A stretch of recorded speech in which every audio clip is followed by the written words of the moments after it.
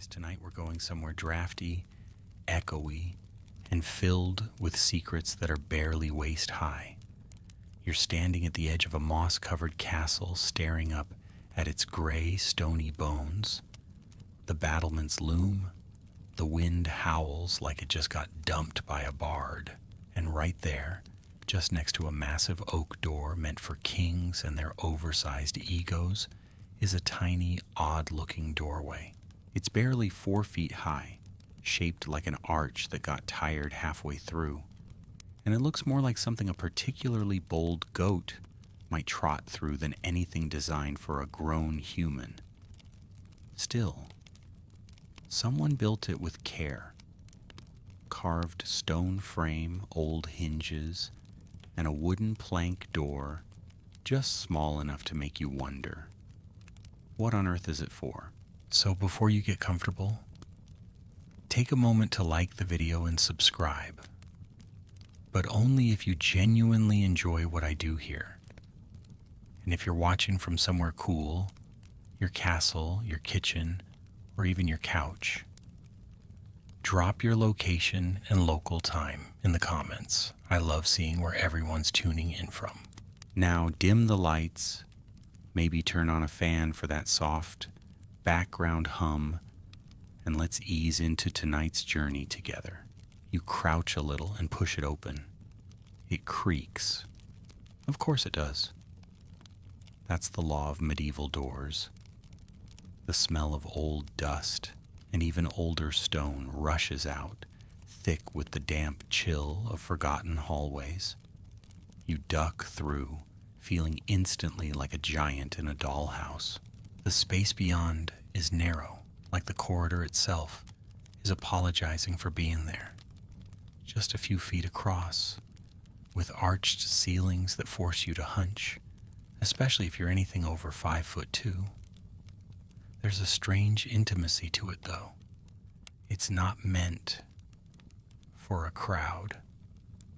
Just one person at a time, thank you very much. And here's the first fun fact of the night. These tiny doors weren't rare. Castles all across medieval Europe had them. Scotland, France, Italy, you name it. Sometimes tucked beside the main entrance, sometimes hidden in upper stories or stone towers. But they were rarely explained. You pass a torch bracket in the wall and imagine someone walking this path 500 years ago. Maybe a page boy with a tray of dripping stew. Maybe a scribe with scrolls clutched tight to his chest, trying not to sneeze in the presence of nobility. Maybe someone on the run, sneaking in or out under cover of darkness. One of the earliest theories you'd hear on the castle tour circuit is that these tiny doors were built small on purpose to make invaders vulnerable. You'd have to crouch, expose your neck, slow your pace, and when you're bent over trying to squeeze through with a sword on your hip, well, you're not exactly battle ready. But that's not always the case. Sometimes tiny doors led to kitchens, servant quarters, or storage spaces. They weren't always military. Sometimes they were just practical. Why waste expensive stone building a full-size door for a broom closet? Especially when every stone had to be carved, hauled, and mortared by hand. One cheeky example lives in Caerphilly Castle in Wales. There's a doorway so small it's nicknamed the Hobbit Hole, though of course Tolkien came much later. Some scholars say it was a coal chute, others say it was a private servant entry, and still others, my personal favorites, argue it was symbolic of humility, which sounds suspiciously like a medieval way to say, we ran out of bricks.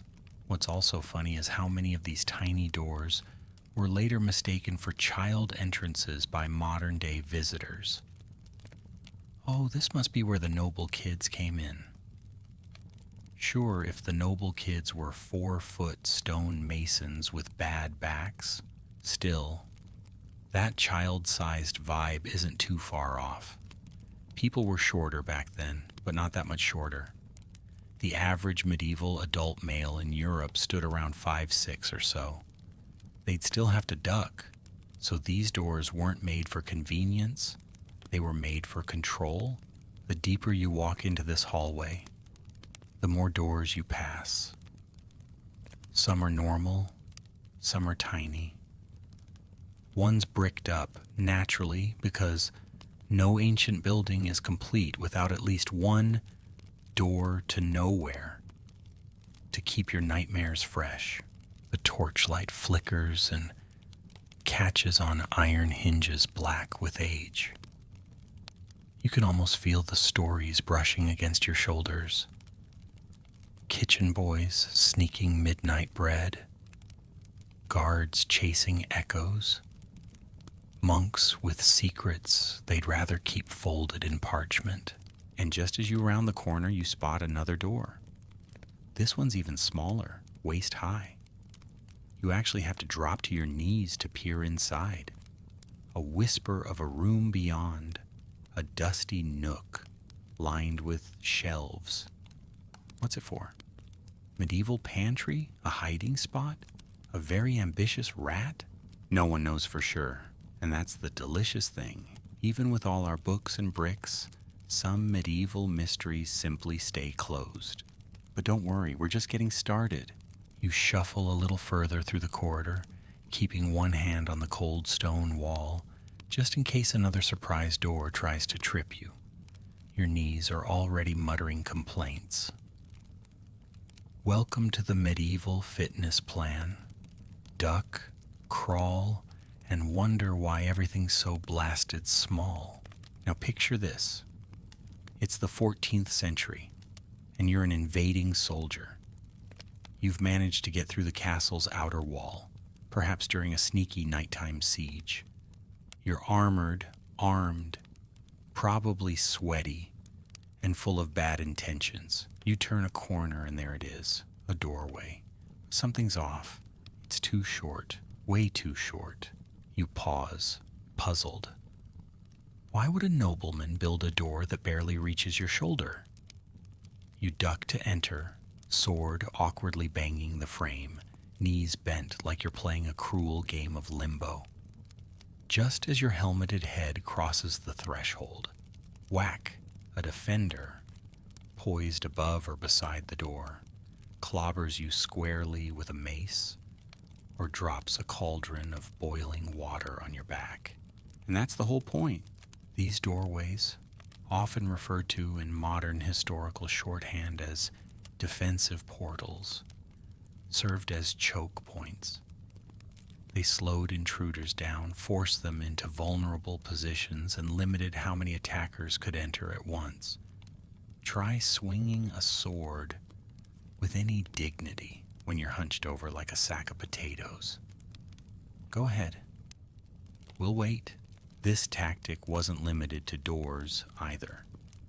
Medieval staircases in defensive structures frequently spiraled clockwise going up, so that right-handed defenders had more room to swing their swords while descending, while right-handed attackers going up found their blades smacking walls.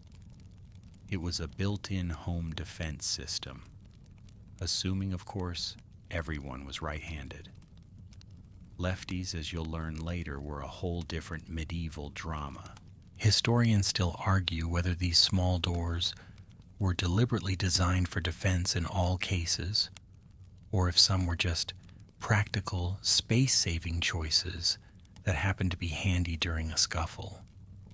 After all, not every castle corridor was expecting daily battles, but the placement of many of these low portals at key access points, around gatehouses, or leading into important rooms suggests at least some strategic intent. You pass one of these choke point doors now. It's set into a thicker stone wall, the edges worn from centuries of passage. There's even a groove on the floor, as if someone's metal boots dragged along it countless times. You step through it, carefully. No boiling oil. You're doing great. There's a kind of genius in the simplicity of the design. No mechanical traps, no collapsing floors. Just make the enemy crawl and let gravity and geometry do the work. And it's a type of design you see echoed across many castles, from the grand towers of France to the coastal fortresses of England, and even as far east as Crusader outposts in the Holy Land. But not all tiny doors were created with such grim intentions. Some were psychological, a kind of architectural humiliation. Imagine being a proud, plumed knight, full of swagger, having to stoop and shuffle through a hole in the wall like a sheepish toddler. Talk about a blow to the ego, especially if you knew the noble family inside was watching you through a hidden slit, giggling into their goblets. Now, to be fair, this wasn't always a deliberate insult. Sometimes the doorways were simply inherited from earlier structures. Castles were built, rebuilt, added to, and patched over centuries. A new lord might expand his hall, but leave the ancient storeroom door untouched, creating a weird mix of massive Gothic arches and cartoonishly small openings.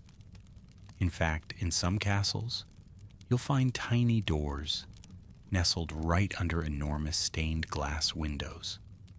It's like medieval Minecraft gone rogue. You come upon another now, tucked between two stairwells, a perfect square of a door, chest height, set into the corner like it's hiding from the rest of the castle. You open it expecting maybe a broom closet or secret stash of cheese wheels. Instead, it's a tiny guard room, just a bench, a hole in the wall for light, maybe a niche where someone once kept a flask of something strong and forbidden, a place to sit in silence and watch, or wait, and now you start to feel it, the claustrophobia, the hush. These spaces weren't just small, they were contained, controlling who could pass, how they moved when they entered. The very air feels different in here, stiller, closer, like the castle itself is watching. Outside, the wind howls again, rattling something loose in a tower above. But you're safe in your corridor of curious doorways. For now, at least. Just don't forget to duck. You push through another low arch and find yourself in a narrow passage that smells faintly of soot, bread crusts, and something deeply, profoundly old. The stones are darkened from centuries of touch, wear, and candle soot. You brush against the wall, and a puff of ancient dust floats off like a ghost who's given up haunting and taken up sulking instead. This part of the castle is quieter. No signs of defensive architecture or murderous bottlenecks. The air feels different, like you've wandered into the belly of the beast, past the teeth and into the guts. And here, the tiny doors begin to feel humbler. Less about battle, more about bustle. You pass a particularly short and narrow doorway with a low lintel that threatens to scalp you if you're not paying attention. Beyond it is a modest corridor leading to what was once the servant wing. Here's where the castle breathes. Its kitchens, laundries, pantries, and the little lives that kept the whole stone machine running. And this is where you start to notice a theme. Tiny doors for tiny people with big jobs. In medieval castles, social hierarchy wasn't just something you lived. It was something built into the walls. Nobility walked tall, through soaring archways and vaulted halls. Servants and laborers, they ducked, they squeezed, They entered through side doors, back doors, or more often than not, through doors too small for comfort. This wasn't merely architectural convenience, it was symbolic.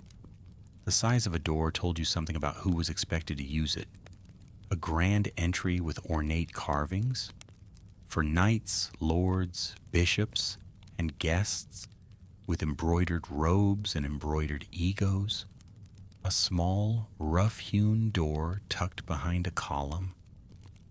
That was your route.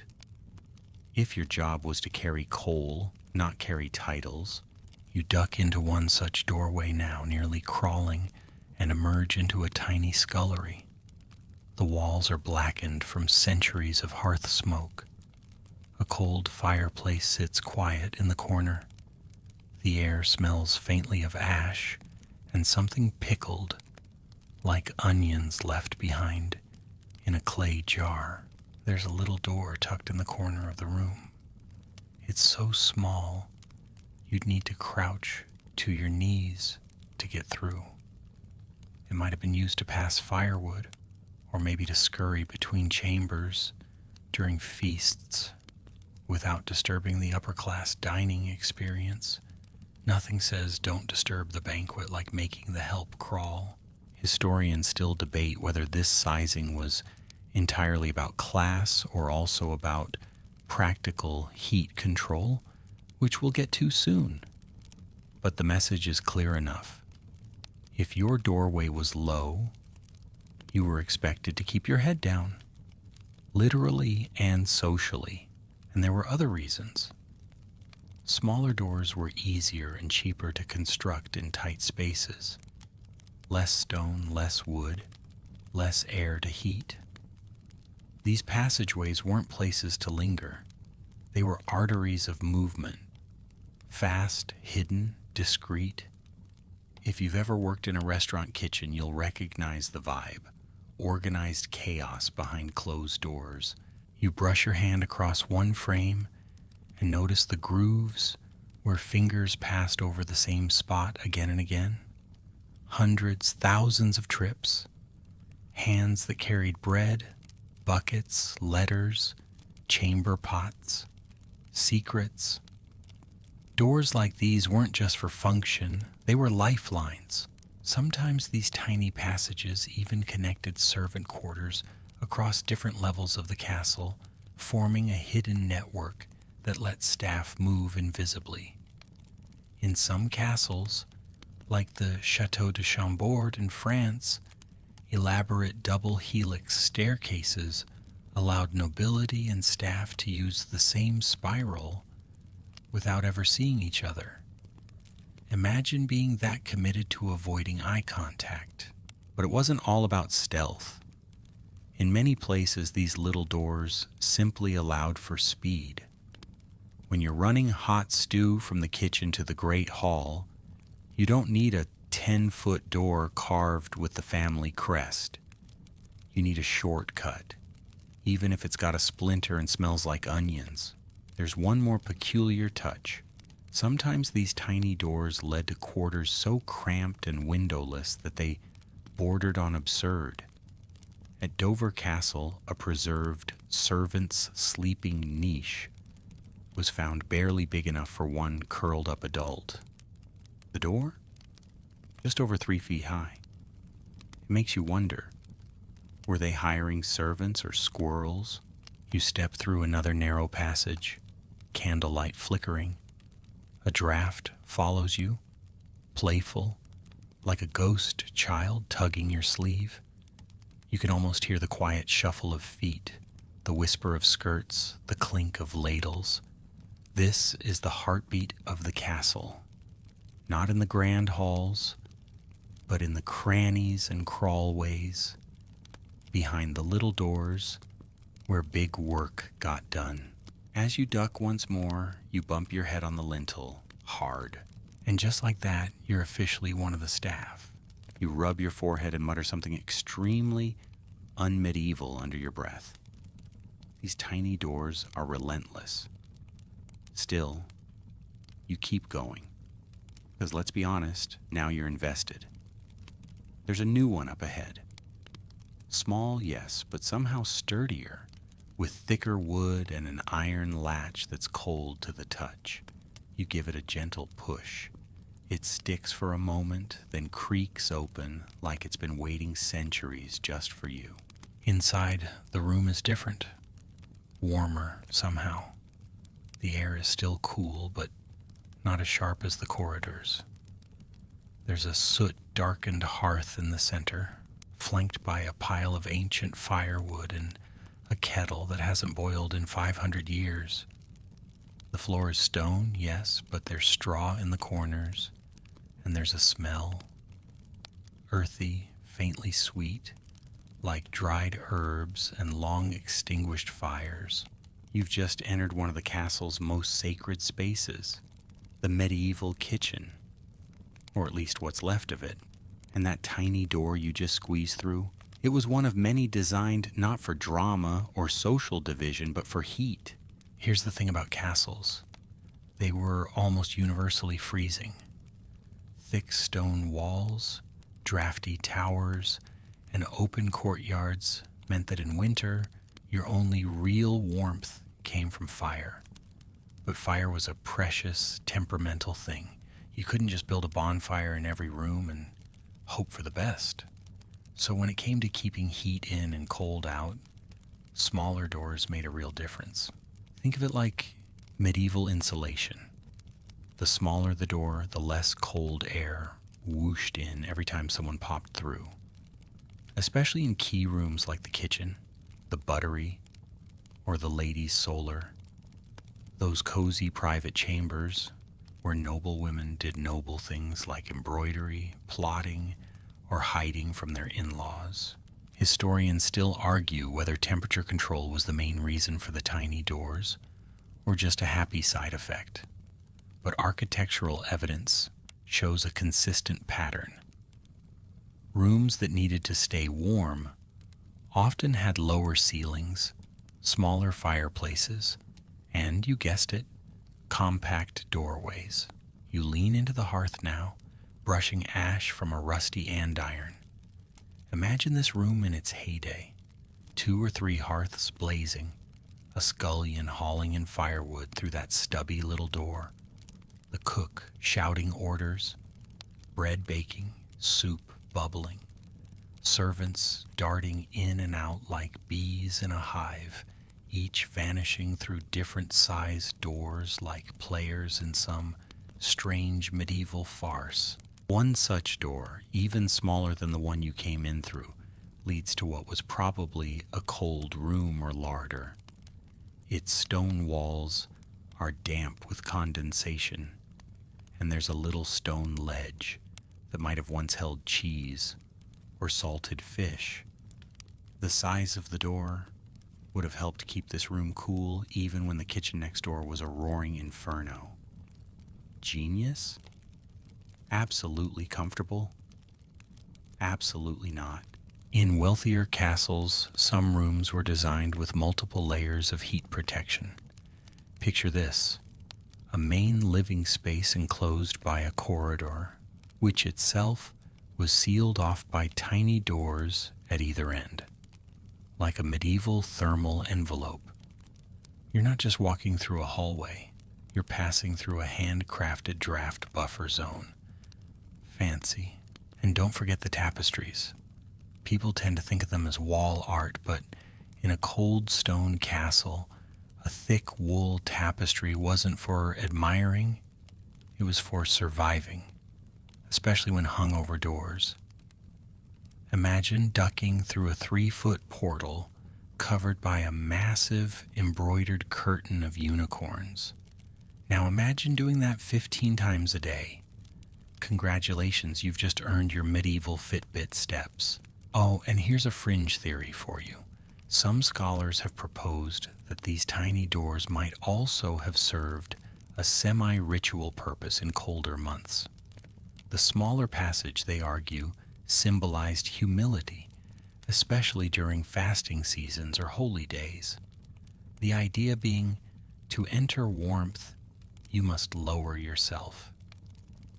It's poetic, slightly passive-aggressive, and exactly the kind of thing a 13th century abbot might come up with after skipping breakfast.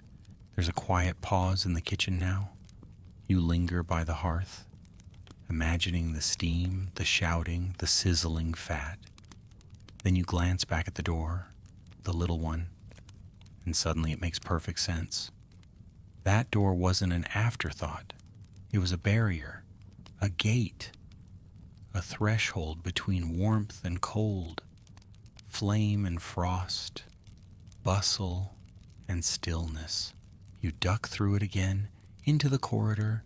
The air is instantly colder, sharper. Your breath fogs in front of you just faintly, and you realize something else. You miss the heat already.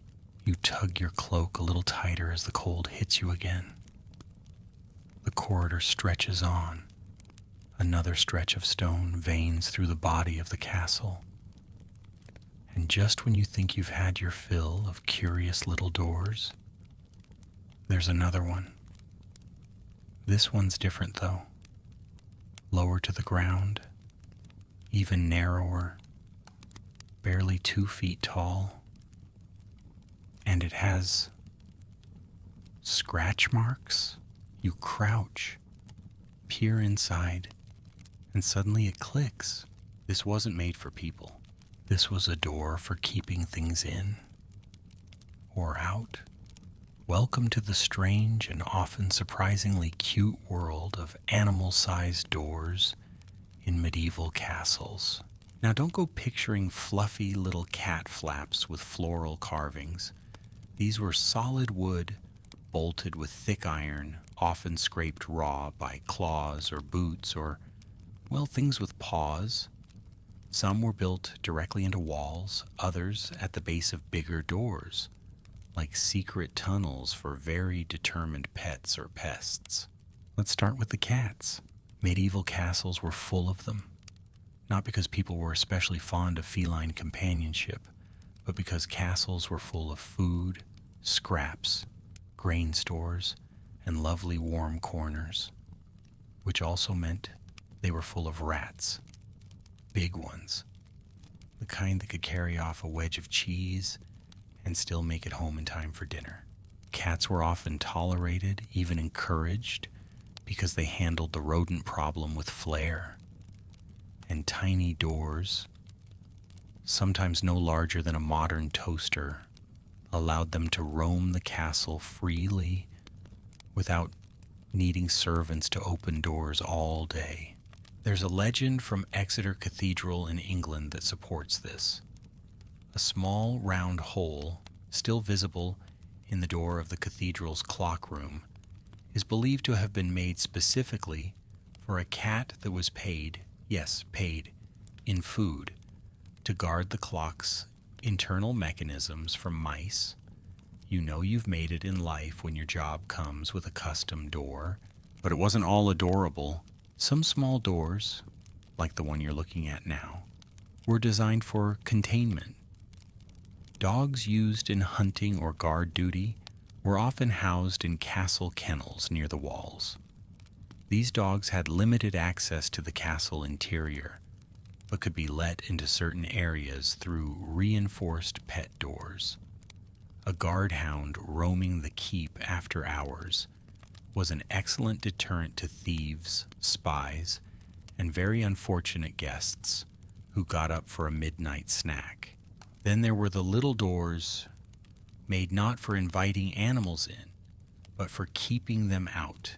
Medieval livestock, pigs, goats, chickens, were more stubborn than strategic. They'd nose their way through any crack in a wall if it smelled remotely edible. So some tiny doors were actually blockers, dummy entries, bricked passageways, or barriers made to redirect animals back to the yard where they belonged. You might even stumble across a stone threshold that leads nowhere now, but once held a gate meant to control the flow of cows. Cows, it turns out, have no regard for ancient masonry. Historians still argue whether some of these lower doors were animal-related or simply vestiges of older architectural plans. Castles were rarely built all at once. Wings were added, purposes shifted. A room that started as a pantry might become a coop, then a storeroom, then a monk's study. The tiny door remained, puzzling everyone centuries later. And it wasn't just cats and cows. Some castles used smaller doors to manage the flow of children, particularly noble ones. Highborn toddlers and young pages were often kept within certain rooms for safety, study, or political purposes. A child-sized door at the base of a nursery chamber might have let a nursemaid pass food, books, or messages without opening a full door and risking a curious toddler making a dash for the staircase. And then, because the Middle Ages could never resist a bit of superstition, there were doors for the little folk. That's right, some cultures, especially in the British Isles, believed in fairies, brownies, or other mischievous household spirits. In some manners, there were tiny doorways that didn't seem to lead anywhere, barely a foot high, tucked under the stairs, sometimes decorated. Folk legend said they were for the house spirits who kept the bread from burning and the children from waking, if you treated them kindly. Treat them poorly, of course, and your best cheese would curdle overnight, and the dog would howl for no reason at all. You look back at the door in front of you. It's too large for a mouse, too small for a person, too deliberate to be random. Maybe it was for a cat, maybe a child, maybe something a little more magical. Who's to say? The wind whistles softly through a crack in the stone, like a whisper from a creature long gone. You move on, slowly, carefully, because whether the next door is for a servant, a soldier, or a sprite, you really don't want to be the one to disturb whoever used it last. You stretch your back a little as you walk, starting to feel like you've done some sort of medieval yoga. Duck, crouch, squeeze, stand, repeat. At this rate, you'll be ready to challenge a moat dragon to a limbo contest by dawn. But just ahead, another small door catches your eye, this one more dramatic than the rest. It's set deep into the stone, rimmed in iron with a jagged lintel, low enough to guarantee another bump to the head if you're not careful. This one feels different, heavier, like it's hiding something serious, or seriously awkward. You kneel and peer through. Stone corridor, narrow, empty, silent. You sigh, crack your neck, and crawl through like a night-turned contortionist. Inside, the air is warmer again, but staler. It smells of dust, dried leather, and something else. Metal, maybe. Sweat? And then it hits you. Armor? You've just crawled into what was once the barracks? Or perhaps more specifically, a passage between them? And that little doorway, that's what we like to call a humbling experience. You stand up slowly, imagining yourself in full chainmail, sword at your hip, helmet on. Now picture trying to crouch through a 2.5-foot doorway with all that weight on your back, while your commander yells something inspirational like, "Hurry up, you clanking lummox." Not easy, not pretty. And that, my friend, was part of the point. See, some of these tiny doors served an odd double function in military architecture.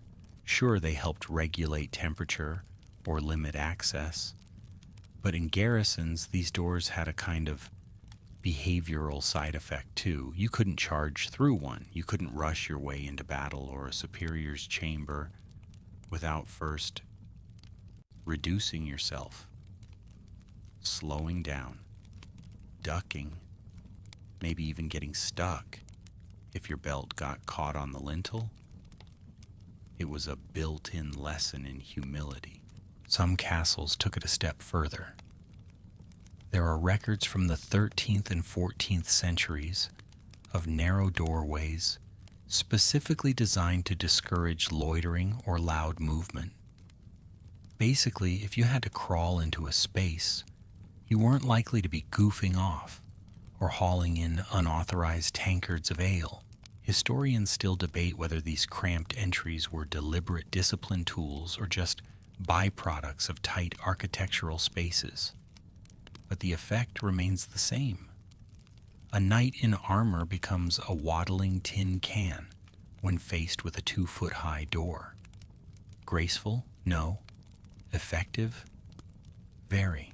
You take a few steps and stub your toe on an uneven flagstone. There's a shallow groove worn into the stone, perhaps from boots scraping over and over again.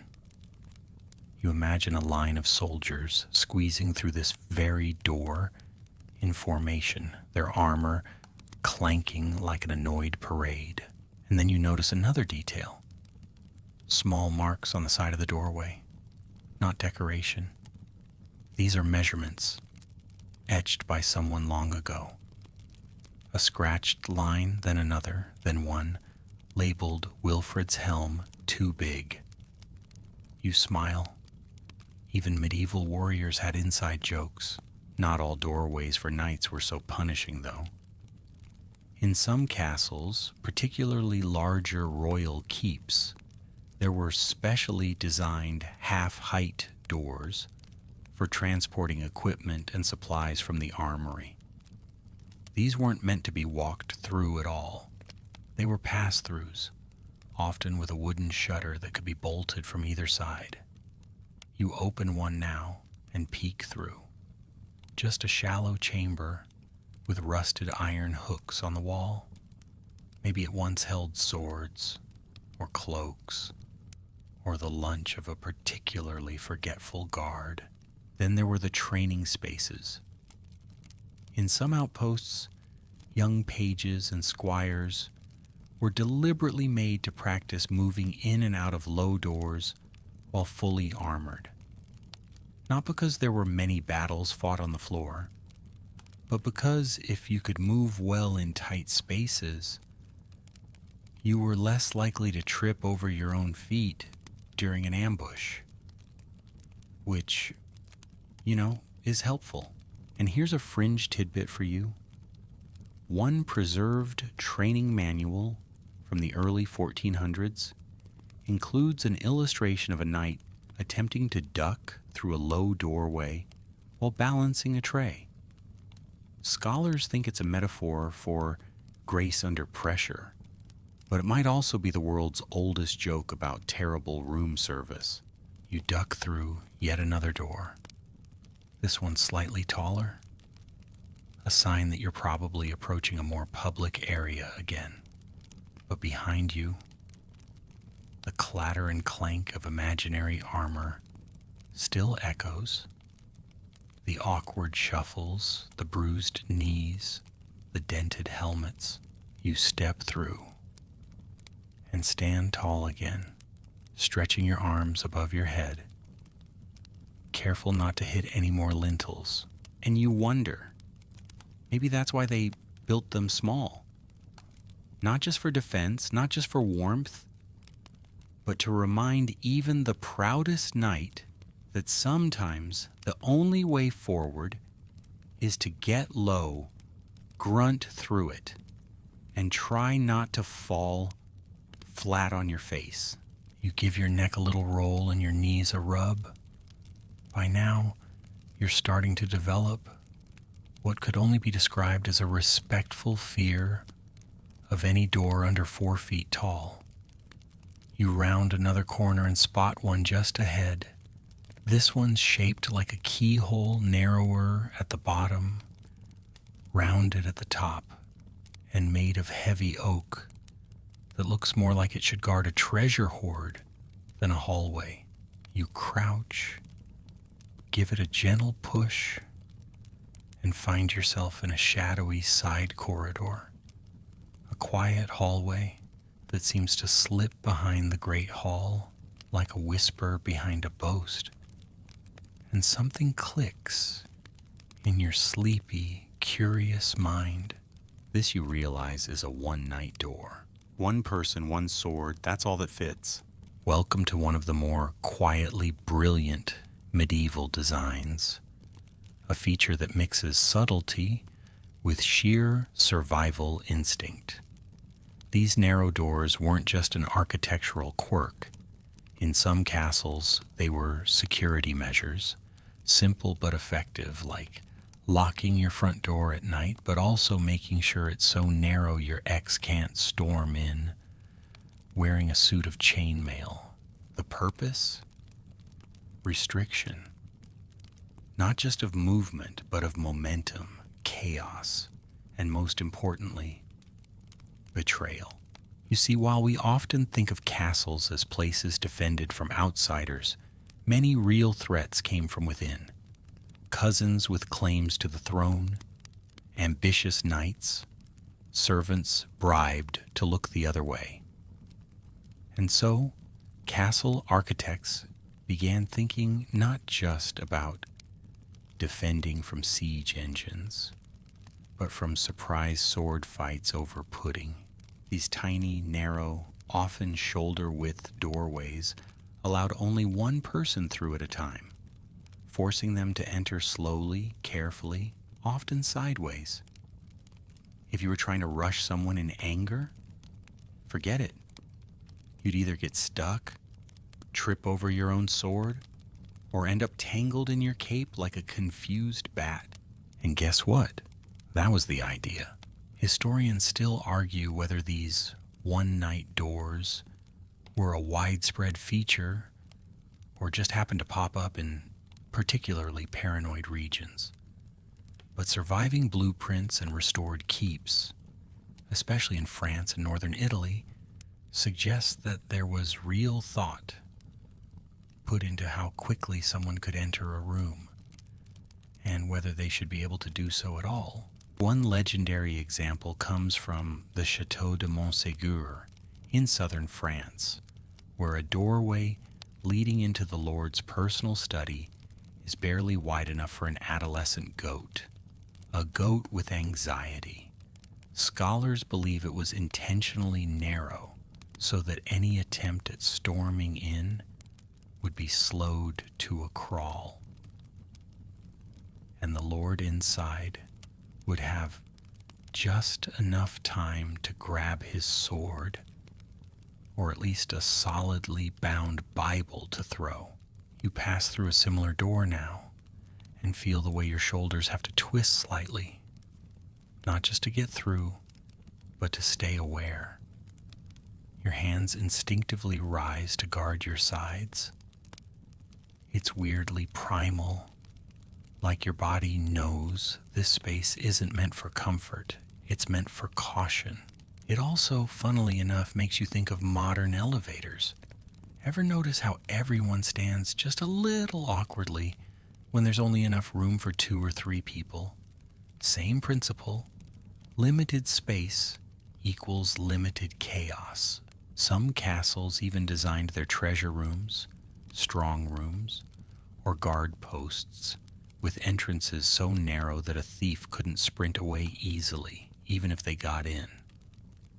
Imagine trying to run with a sack of stolen silver goblets while squeezing through a doorway that demands you do a sideways crab dance. And there's a fringe theory here too. Some scholars believe that the tiny one-night doors may have also served as a kind of loyalty test. That if you were summoned into a chamber through one, you'd have to disarm, or at least be seen to disarm, before entering. Like an early version of, please leave your weapons at the door, but enforced by pure geometry. You stop at another doorway now. Tall this time, double-doored, grand. A sharp contrast to the passage you just squeezed through.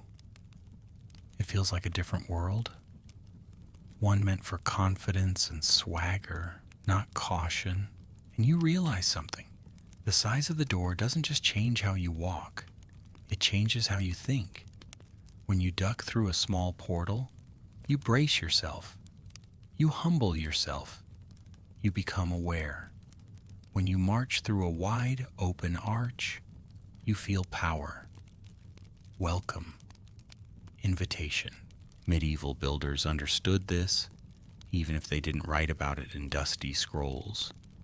They built it into stone, so next time you see a tiny door in an ancient keep, don't laugh.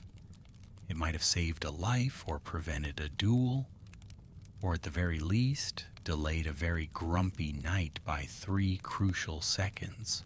And if you ever find yourself in one, just remember the golden rule.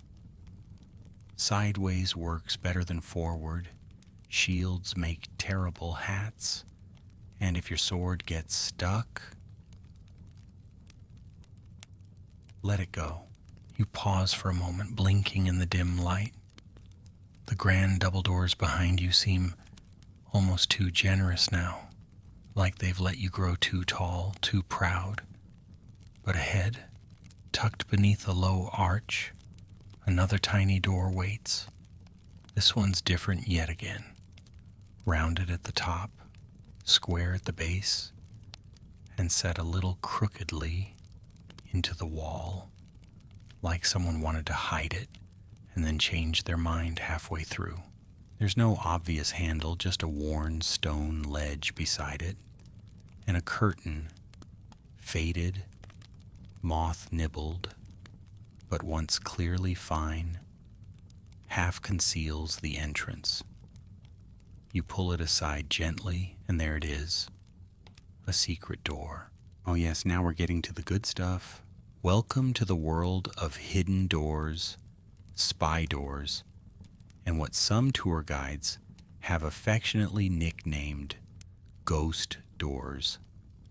The mysterious little portals of the medieval world that seem to defy explanation, logic, and occasionally gravity.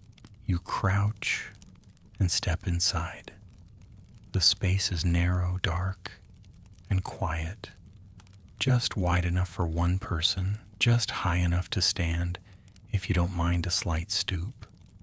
It runs parallel to a larger corridor you passed earlier, but hidden, completely out of sight.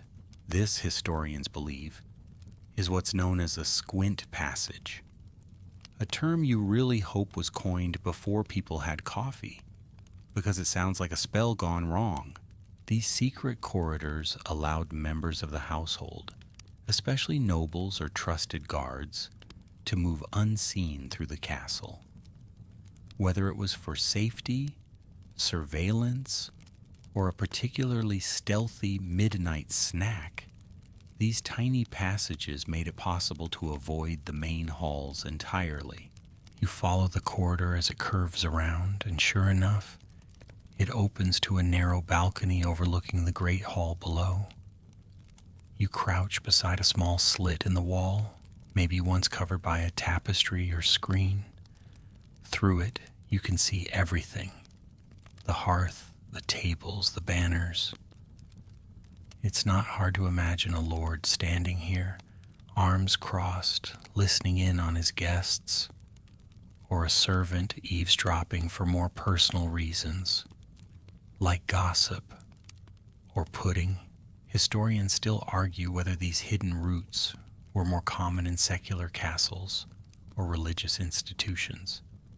In monasteries, similar passages let monks move quietly between their quarters and places of prayer without being seen or disturbed. But in castles, the lines blur. Some of these passages were escape routes, narrow twisting tunnels that led outside the keep, often through low, easily barricaded doors. Others were ambush corridors, built to let guards appear unexpectedly during feasts, ceremonies, or the occasional attempted poisoning.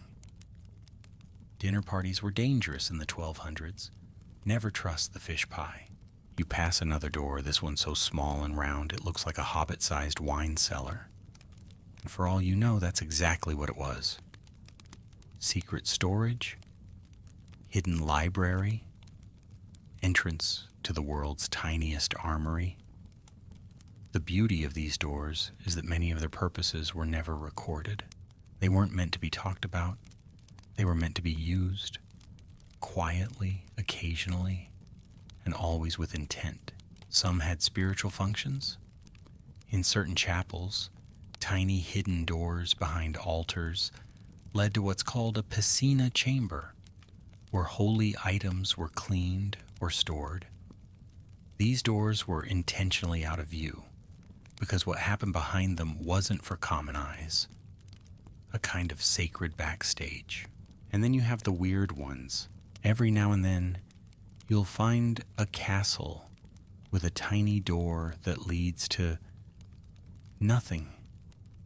A bricked up alcove, a dead end, a wall. These are the ghost doors. Were they once functional, then forgotten? Were they part of some remodeling plan that never got finished? Or, because it's the Middle Ages, were they meant to confuse spirits? That last one isn't a joke. In certain regions, particularly in parts of Wales and Brittany, folk belief held that malevolent spirits could only move in straight lines. If you added twists, dead ends, or extra doors, you could trap the ghost, like putting a fly in a bottle. Good luck, evil spirit. You just got outsmarted by a hallway. There's one more theory, a fringe one, but charming. Some tiny doors, especially in older sections of castles, may have once been used for testing loyalty. A noble might ask a guest or servant to enter a room through the small door instead of the large one. If they stooped willingly, it was a sign of respect or humility. If they hesitated, well, maybe don't give them the good wine. You emerge now from the passage, blinking as your eyes adjust to the slightly brighter torchlight ahead. The secret door swings closed behind you. Barely a sound, just a soft click. And as you glance back, you realize it's invisible again. From this angle, with the curtain in place, you'd never know it was there. That's the thing about these little doors. They hide, they reveal, they mislead. They're not just entrances, they're puzzles. Messages carved in stone, and somewhere in this castle, another one waits. You wander a bit now, arms tucked against your sides, letting your footsteps echo through a quiet gallery. The air feels heavier here, more lived in. A tapestry on the wall droops with age, threads dull with time. You glance down a side hallway and spot a tiny, stubby door that looks frankly a bit ridiculous.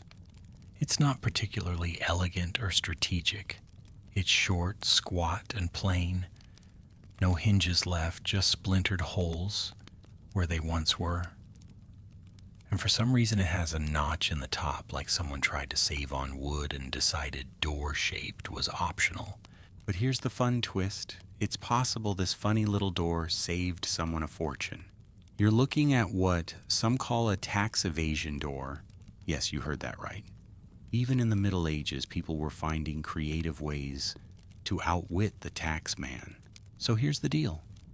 In several medieval cities, particularly in parts of the Holy Roman Empire and late medieval France, buildings were taxed based on, you guessed it, the size and number of doors and windows. The logic? More doors meant more rooms. More rooms meant more wealth. And wealth meant cha-ching, you could pay more tax. And suddenly people got very creative with their architecture. They made windows smaller, doors narrower. Some even split one big door into two little ones. with a central beam, claiming it was technically just a cupboard. There are surviving urban homes where the main entrance is barely 4 feet tall, forcing anyone, including the homeowner, to crouch just to enter. Comfort, dignity. Pfft. They were too busy saving coin.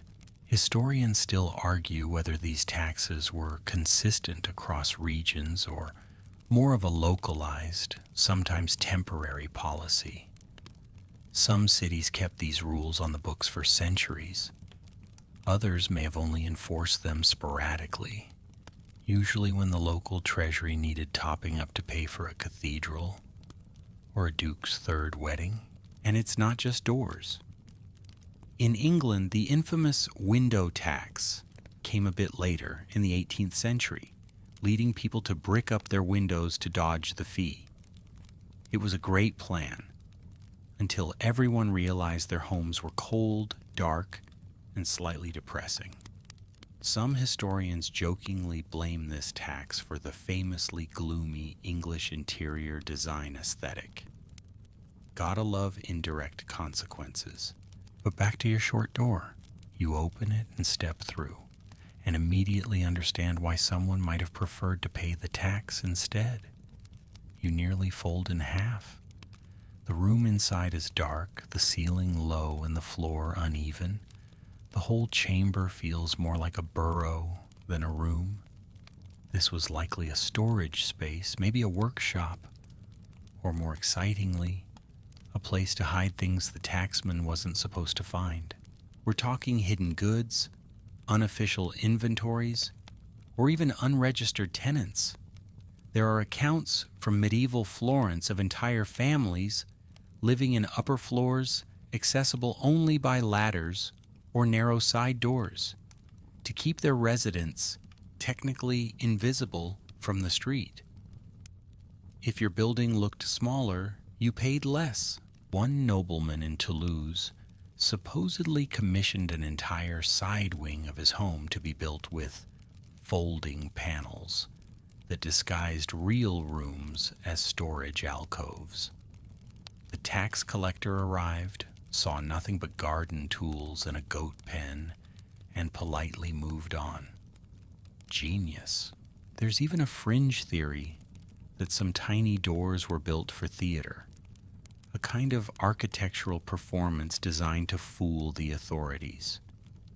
You'd build a fake door visible from the street, smaller than necessary, and leave the real one hidden around the side.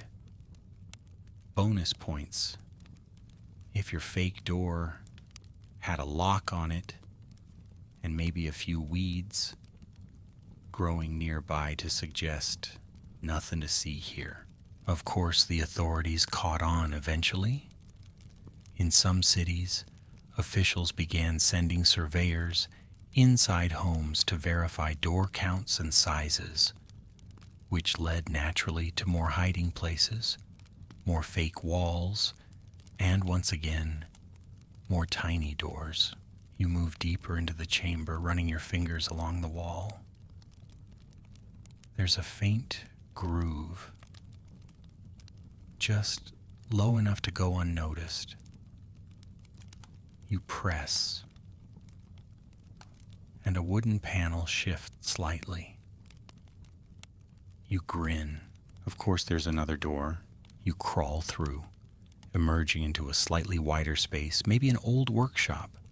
The walls are lined with alcoves, some bricked, others left open.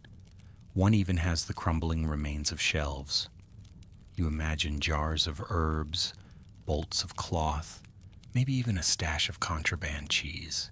Medieval cheese smugglers. Now there's a bedtime story. The room is quiet, still, the kind of place where secrets linger like dust in the air. You sit for a moment, let the silence settle, and as your eyes adjust, you notice how many doors led into this one little room. 3 so far, each smaller than the last.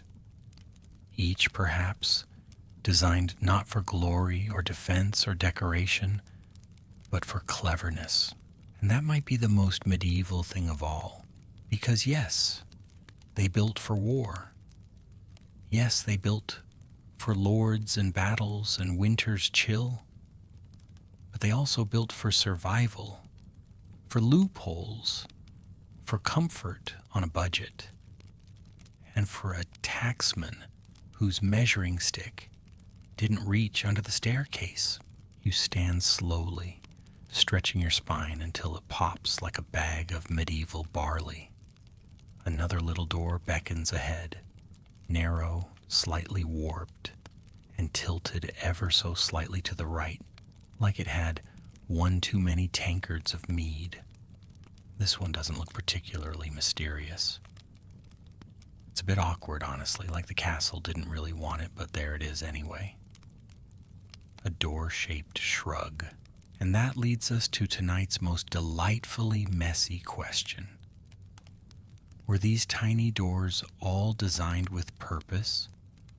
Or were some just the result of bad masonry, rushed construction, or the medieval version of let's just wing it?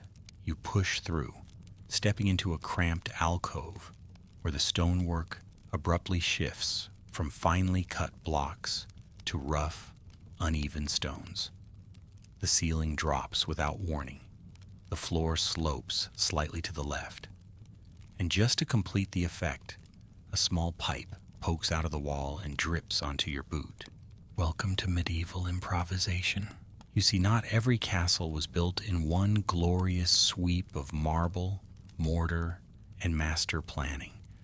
Most were cobbled together over decades, sometimes centuries. First a tower, then a hall, then a kitchen. Then someone decides to add a second story, which turns out to be too heavy for the first story. Oops. Patch it. Reinforce it. Put a door here. Cut another one there.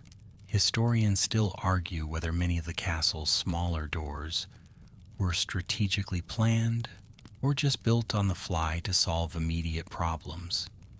It's entirely possible that some were added because someone said, "We need a shortcut to the pantry," and didn't want to argue about where it would go, so they just chiseled a hole and moved on. This was especially common in border castles and hastily reinforced keeps, places that saw frequent attacks or ownership changes. A new lord would arrive, dislike the layout, and commission changes. But rather than knocking down entire wings, they'd just shove in new doorways wherever there was a bit of wall and not too much plumbing. You duck through another of these makeshift additions, and it's a little embarrassing. The door leads to a dead-end hallway with a bricked-up window, a loose stone in the floor, and another tiny door about 20 feet down that's so low it might be better suited for a hedgehog or on holiday. It's in these strange little corners that you start to see the castle as a living thing. Not just a fortress, but a work in progress. Always being updated, repaired, muddled through. Sometimes badly. There's a real charm to that. You can almost picture the builders, covered in dust, squinting at a gap in the plans, shrugging and muttering something in Middle English that translates loosely to, "Hey, close enough." Sometimes they'd reuse stones from earlier structures, meaning your doorway might be framed by pieces of an old chapel or even an older Roman wall. The size and shape of the available stones might dictate the size of the opening. Did they want a 5-foot archway? Maybe. Did they have the materials for one? Nope. So they made a 4-foot squiggle instead. One of the most famous examples of this can be seen in the Château de Chinon in France. There's a doorway in the north wing that tapers like a funnel, wide at the bottom, narrow at the top. Scholars believe it was created in haste during a renovation, possibly to connect two rooms that had shifted slightly out of alignment over time. Today it's called the sideways door, and yes, it's just as awkward as it sounds. Another factor? Subsidence. That's a fancy way of saying the ground moved and now everything's crooked. Castles built on soft earth or unstable rock often saw their foundations shift over time. Floors sank, walls tilted, and suddenly your perfectly respectable door frame became a hobbit portal. The solution? Shrink the door. Add a step. Hope no one notices. There's a fringe theory, less popular but hilariously plausible, that some tiny doors weren't even meant to be doors at all. They started life as ventilation holes or access points for maintenance, but someone, years later, saw a gap, slapped on a hinge, and voila, congratulations. You've invented a very inconvenient hallway. You move deeper into this slightly wonky part of the castle and notice how many of the doors seem mismatched. Some have frames that don't quite meet the floor. Others have hinges on the wrong side. One has a step inside the doorway which you immediately trip over. It's all very human, and that might be the loveliest thing about it, because while medieval castles are often portrayed as these cold, precise machines of war, the truth is they were full of human error, compromise, and occasionally very bad math. Not everything was a calculated tactic. Sometimes it was just someone doing their best with what they had. Stone, sweat, and a very tight deadline. You stop at the last crooked door in the hall. It leans inward, barely clinging to its frame. You push gently. It opens to another passage. This one newly familiar. The air changes. The stone is smoother. You're back in a more intentional part of the keep now. The walls are straight. The doors are precise again. But you glance back, and silently, you thank that twisted, stubby, not quite level door, because it was weird, and it worked. You give that crooked little door one last glance before heading deeper into the more refined wing of the castle. Things are looking a bit tidier here. Straight lines, matching stones, actual symmetry. It almost feels suspicious. But just when you start to think you've escaped the land of tiny doorways, you turn a corner and come face to face with one of the most notorious portals in medieval architecture. It's small, it's square, it smells weird. This, dear listener, is the humble medieval toilet door, also known in the rather delightful language of the time as the garderobe. Now, if you've never heard of a garderobe, allow me to ruin the word for you forever. It originally meant guarding your robes, because people used to hang clothes near these little privies, hoping the ammonia fumes would keep moths away. But somewhere along the line, the word stuck to the room instead of the wardrobe, and suddenly every noble tower had a garderobe tucked behind a very tiny, very drafty door. You push this one open. The hinges groan, as if protesting the memory of every poor soul who sat within. Inside is a narrow stone chamber, barely wide enough for your shoulders, with a hole in the floor that drops directly. Somewhere you probably don't want to explore. It's cold, it's damp, it echoes in ways no bathroom should. And yes, people actually use these. Garderobes were typically built along outer walls, often cantilevered out over a moat or pit. Waste would drop down into the abyss below, ideally carried away by water, pigs, or sheer hope.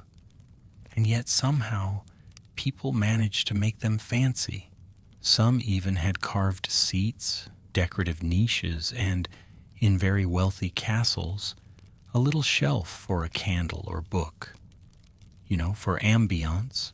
Historians still argue whether the placement of these tiny doors, so low, so hidden, was about privacy, practicality, or pure shame.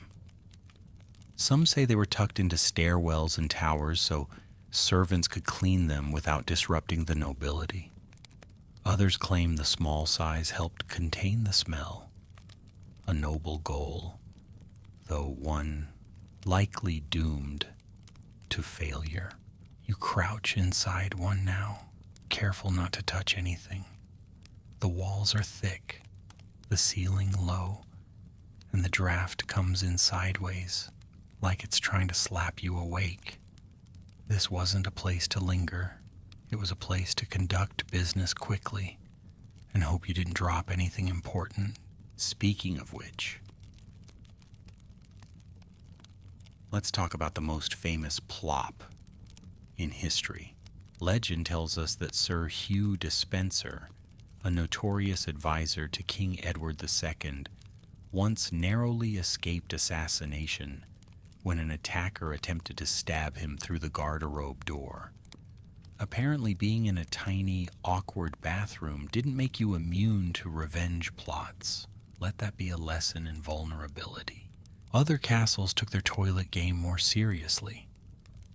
In some keeps, you'll find multiple garderobes connected by a single shaft system, early plumbing of a sort. Engineers of the time designed these shafts to run down into waste channels lined with lead or stone. Unfortunately, they didn't account for the fact that waste rises. So if the wind was wrong or the moat was full, you got a very unpleasant surprise. And because the medieval world was nothing if not full of irony, some castles placed their garderobes right above important storage rooms. Nothing like a steady trickle of disaster to keep the cheese seller humble. But the quirkiest bit, some garderobes doubled as emergency exits. That's right. There are recorded instances where people escaped through the toilet. In moments of siege or panic, those tiny doors became unlikely lifelines. Imagine the courage or desperation it took to shimmy through a narrow chute lined with centuries of regret just to reach freedom. It gives a whole new meaning to a dirty getaway. One such tale comes from Harlech Castle in Wales, where a servant reportedly smuggled messages and even a dagger through the garderobe system during a prolonged siege. The door he used was only about 2 feet high and led directly to a ledge over a cliff. Talk about high-stakes sneaking. You exit the chamber now, gasping just a little. The air outside has never smelled so sweet.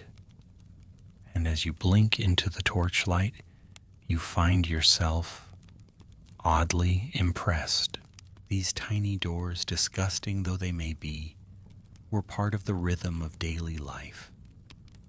They served a need, an awkward, smelly, unavoidable need, and they did it with stone walls, wooden planks, and absolutely no shame. Well, not maybe a little shame.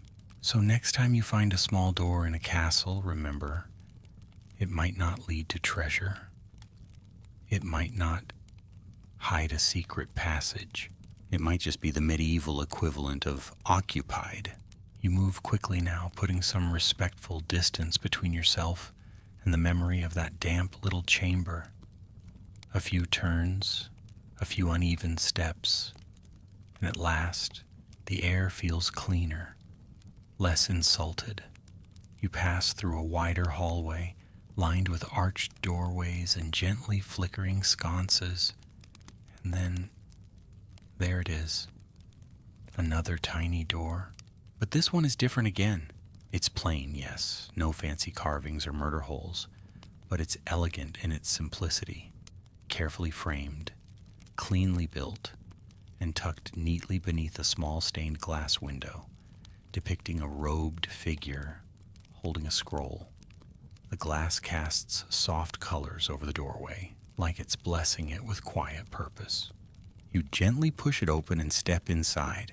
Silence, thick, warm, unbroken. The room is small, square, and perfectly still.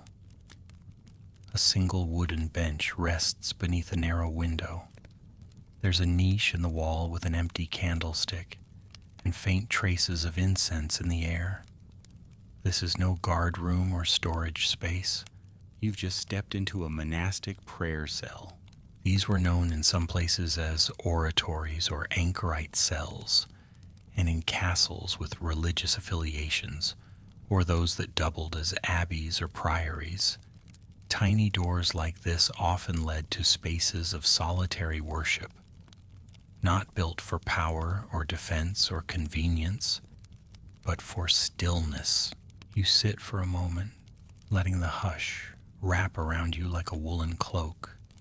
No draft, no echo. The stone seems to breathe with you, and you start to understand. This door wasn't small because of taxes or warmth or ambush tactics. It was small because this space wasn't meant for many, just one. The monks and nuns who lived in or visited such castles often maintained rigorous schedules of prayer and reflection. These small rooms allowed for contemplation away from the communal bustle. Sometimes they were used by anchorites, religious recluses who chose to live in permanent solitude, locked inside tiny cells adjacent to chapels. Their doors were sealed with only a narrow slot for food, and they would spend years in meditation. Historians still argue whether some of these cells were voluntary acts of devotion or quiet forms of punishment. It was a thin line in those days between sainthood and social exile.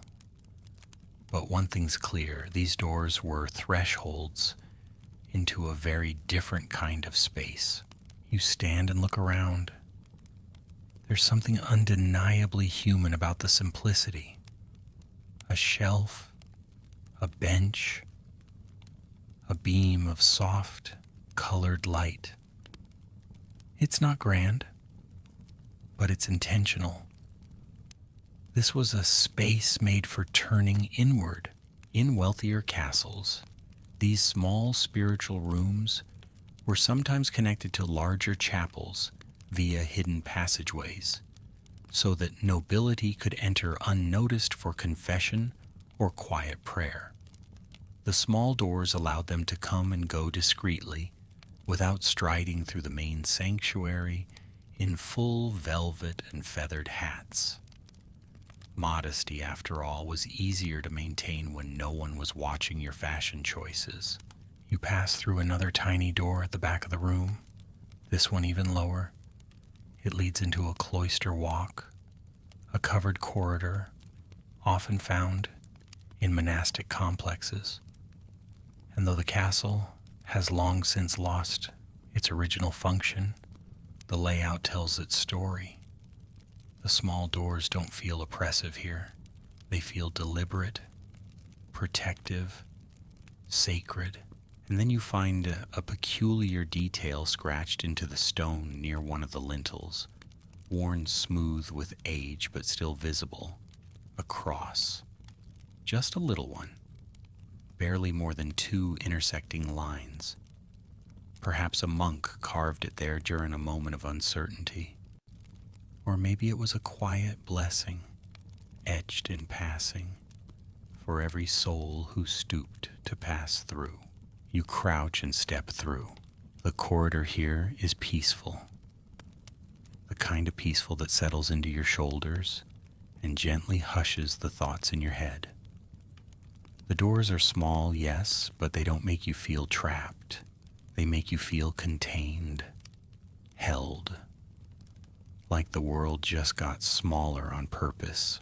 There's a fringe theory, rare and not widely accepted, that suggests some of these tiny doors were symbolic, that to enter through a low door was a physical act of humility, a gesture, a small bow before the sacred. Whether or not it was true, it's easy to see how the idea caught on. In spaces like this, you want to be smaller, quiet, less. You step into one final chamber, a circular oratory, lit by a single shaft of light from above. The walls are bare, the floor is worn, and the only thing inside is a stone seat facing a carved alcove in the wall. No gold, no relics, no hidden passages, just space, quiet, holy space. You sit, and for the first time since entering the castle, you realize no one else would have found you here. Not because of traps or locks or fear, but because sometimes a small door is simply a way to step away from the noise, from the war, from the weight of crowns and chores.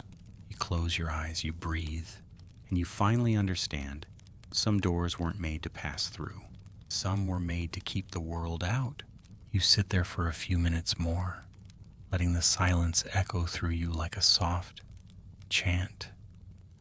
The stone beneath you is cool, but oddly comforting, like it remembers the weight of those who came before.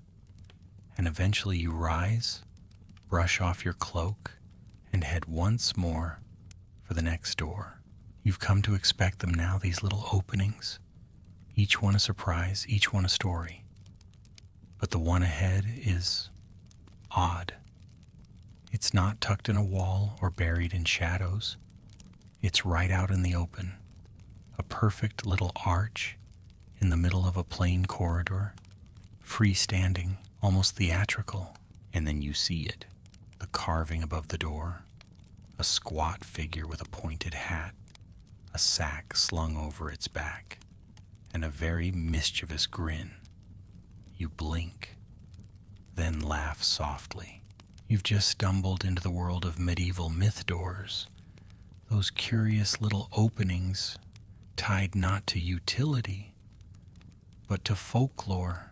Across parts of medieval Europe, especially in the British Isles, Scandinavia, and the Celtic fringe, there were deep beliefs in creatures we'd now file under fantasy. Fairies, brownies, elves, hobgoblins, house spirits, and other tricksy little beings that like to meddle with your porridge, tangle your thread, or rearrange your tools just to see you yell. And yes, some people built doors for them. Some were tiny arched niches carved into walls or stairwells. Others were functioning doors, barely 2 feet tall, that led to shallow cupboards or crawl spaces. And some, like the one you're now approaching, served no logical purpose at all, but they were built with care, framed, sometimes even painted. Why? Because in medieval belief, it paid to keep the little folk happy. You duck through the arch. It leads to a low-ceilinged hallway, carved with oddly whimsical detail, little leaf patterns, dancing figures, stars. On the far side, another door sits ajar, revealing nothing. A bricked wall, a dead end. But that's the point. Historians still argue whether these fairy doors were sincere spiritual offerings, symbolic tokens, or just very old jokes. They pop up in too many places to be dismissed entirely. In some castle kitchens, the little folk were said to help with baking, if they were respected. That meant warm milk left out overnight, or a fresh slice of bread placed just inside a tiny door. Ignore them, though, or worse, offend them, Oh dear, that's when you'd wake to sour ale, spoiled meat, or chickens, too frightened to lay eggs. There's even a legend of a steward in an Irish manor who bricked up a tiny door to improve airflow, and by the next full moon, the entire cellar flooded with inexplicable slime. He reopened the door. Problem solved. Now let's be clear. Not every castle took this seriously. In many noble households, such beliefs were laughed off. But among the servants, the kitchen staff, the stonemasons, the belief lingered, quietly, like the tapping of tiny feet just out of earshot. In the Scottish Highlands, you'll still find stories of gruagash, house spirits who would help tend livestock in exchange for a bowl of cream left near a small opening in the barn wall. And in Brittany, France, tales of corrigans, mischievous underground folk, abound. And wouldn't you know it, some manor homes there still have narrow ground-level doors known locally as Porte des Esprits, doors for the spirits. There's even a charming fringe theory that some of these doors weren't built for spirits at all, but for storytelling, that parents and grandparents carved them into castle corners to delight children, spinning tales of helpful elves and tiny knights, using the door as a physical prop. It's the medieval equivalent of a bedtime story, with a pop-up book you can walk through. You sit in the dead-end alcove a moment, letting your fingers trace the dancing lines in the stone. They're worn but joyful, not menacing, not grand, just small, like a smile tucked into architecture. And maybe that's what makes this door so special, because some doors were made to defend, some to divide, some to save a few pennies on stone. But this one might have been made just to make someone, child or spirit, feel invited. You step back into the hallway, ducking beneath the arch once more. The corridor beyond feels brighter now, like it's humming softly to itself. And as you walk on, you swear, just for a moment, you hear the faintest giggle behind the wall. You press forward, the corridor now familiar in its unpredictability, twisting here, narrowing there, never quite where you expect it to go. Your legs ache, your boots are dustier than you'd like, but you wouldn't stop now if you could, because just ahead, another tiny door waits. And something about this one feels off. It's pristine. The wood is newer, the stone around the frame cleaner. Even the hinges look modern. It doesn't creak when you open it. It doesn't groan like a haunted wardrobe. In fact, it swings open too easily. You step through and blink in surprise. The room beyond is part of a castle museum. Glass display cases, velvet ropes, quiet lighting that hums just enough to remind you it was installed in the last century. A laminated sign nearby reads, "Medieval access door, function unknown." You chuckle. You've just walked into the modern misunderstanding part of our tale. Yes, some of the tiny doors you see in castles today, they're not medieval mysteries. They're renovation quirks, museum additions. In a few cases, they're downright accidents. You stroll through the room, eyeing a few other so-called tiny doorways with your newly sharpened curiosity. And it becomes clear, not all of these were original. Some were adjusted during restoration work in the 19th and 20th centuries, when castles were converted into tourist sites, schools, or even hotels. Door frames were raised or lowered to fit modern needs, or cut down entirely when walls had to be stabilized. And sometimes the restorers got creative. There's a particularly famous case in a German castle where a team of 1920s architects misunderstood a collapsed alcove and rebuilt it as a ceremonial dwarf passage. They even added a plaque. Decades later, someone found an old floor plan proving the door had actually led to a grain chute. Oops. Historians still argue whether the public fascination with tiny doors has distorted our understanding of medieval life, or simply added to its charm. After all, when visitors see a knee-high arch tucked under a staircase, they don't want to hear, "That was a ventilation shaft."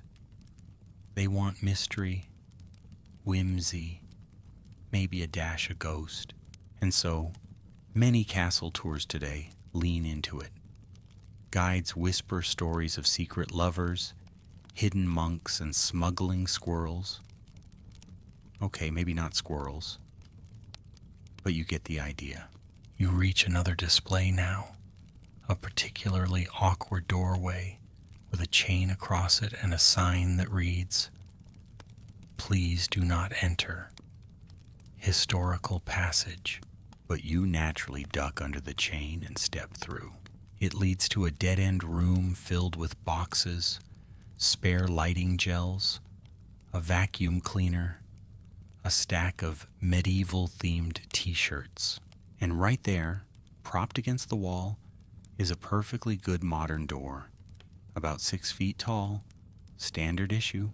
Turns out, the tiny door you just passed through, it's the result of a remodel from the 1970s when a new wall was installed and someone forgot to align the frame properly. Rather than fix it, they made it part of the exhibit. Authentic medieval charm, they called it. Of course they did. You backtrack and duck once more into the proper hallway, chuckling at how a single misplaced stone can become legend if left alone long enough. And really, that's the point, isn't it? Every time you see one of these little doors, you wonder, what was it for? Who used it? Why so small?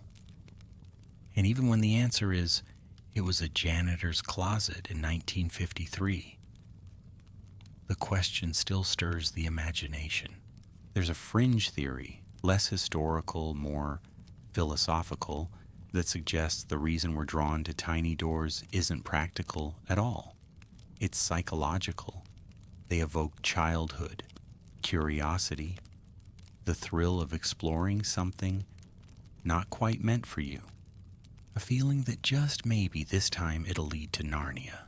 You pause at the edge of the museum wing, where the light returns to flickering torchlight and the stone feels cold again. Beyond this point, the castle resumes its older self. Twisting staircases, uneven floors, and doorways that expect your humility. You take one last look at the display room behind you. It's clean, well lit, properly labeled, and just a little bit dull because, in the end, mystery is part of the magic. Even if the door leads nowhere.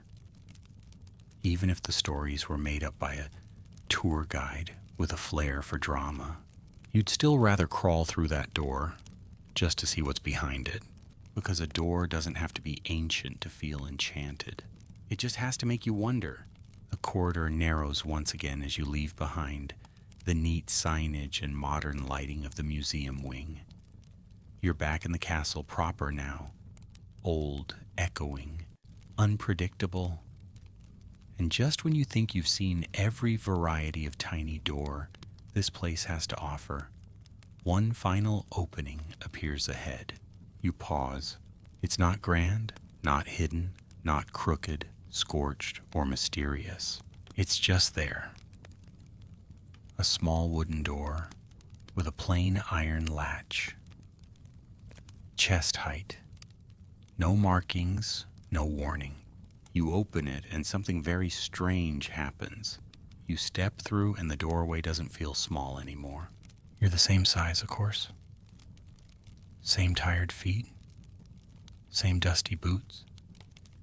Same questionable snack tucked in your cloak pocket. But the moment you pass through the frame, it's like the air thickens. The walls stretch. The hall grows quieter, and you realize you've just passed through the most curious kind of door there is, a threshold you didn't expect to change you. You're back in the castle's oldest tower now. The stone underfoot is rougher, darker. The torches flicker lower. You follow the spiral of stairs upward, ducking through two more little doorways, both so narrow you have to turn sideways, and emerge into a chamber with a wide stone window looking out over the sleeping land. And suddenly it hits you. This whole castle, every twist, every turning stair, every awkward little doorway, was built not just for defense or storage or even superstition. It was built to shape the way you moved, to make you think before you entered, to slow you down, to make you smaller, and not in a humiliating way, in a reverent one, because the medieval world wasn't just about function. It was about ritual, about the posture of the body as a mirror of the soul. To stoop through a door was to lower yourself. To crawl through stone was to become part of it. Every small doorway was a lesson, hidden in lintels and thresholds. You do not own this place. You are just passing through. Historians still argue whether these meanings were deliberate or whether we've simply projected our romantic modern minds onto them. But the fact remains. They feel intentional. You think back on all the doors you've crossed tonight, the ones that tried to stop you, the ones that let in warmth, the ones that kept in secrets, the ones that confused invaders, and the ones that simply made you laugh. There was the coal chute you thought was a passage, the fairy door that led to joy, the toilet that, let's be honest, nearly ruined your evening, and the forgotten tax dodge that made you respect short people forever. Each one shaped your path, your pace, your posture, and now, standing here at the top of the old tower, you turn slowly and look behind you. The last door, smaller than you remembered, just wide enough for one. And you realize quietly that maybe the final lesson is this. Some doors don't just change your direction, they change you. You close your eyes, feeling the breeze sneak through the old arrow slit beside you. The stones hum with the weight of time. The castle's sighs, sleepy, solid, eternal. And just like that, the journey begins to fade. The stones beneath your feet feel warmer now, as if the very memory of walking them has softened their ancient chill. The air quiets further. The torchlight dims not from wind or wax, but because it knows it's time to rest. Your steps slow. The rhythm of your breath lengthens. Every doorway behind you closes gently in your mind, one by one, like pages settling shut in a storybook older than memory. That crooked little portal near the garderobe, faded. The fairy's secret arch, just a ripple in a dream. Even the museum's modern mistake, softened now into a footnote of your journey. You lean against the cold stone wall, eyes half-lidded, listening to the castle breathe around you. No more rushing, no more ducking, no more wondering what's behind the next door.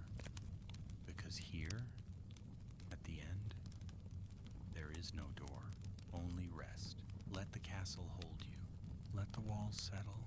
Let the torchlight shrink into a flicker and then into nothing.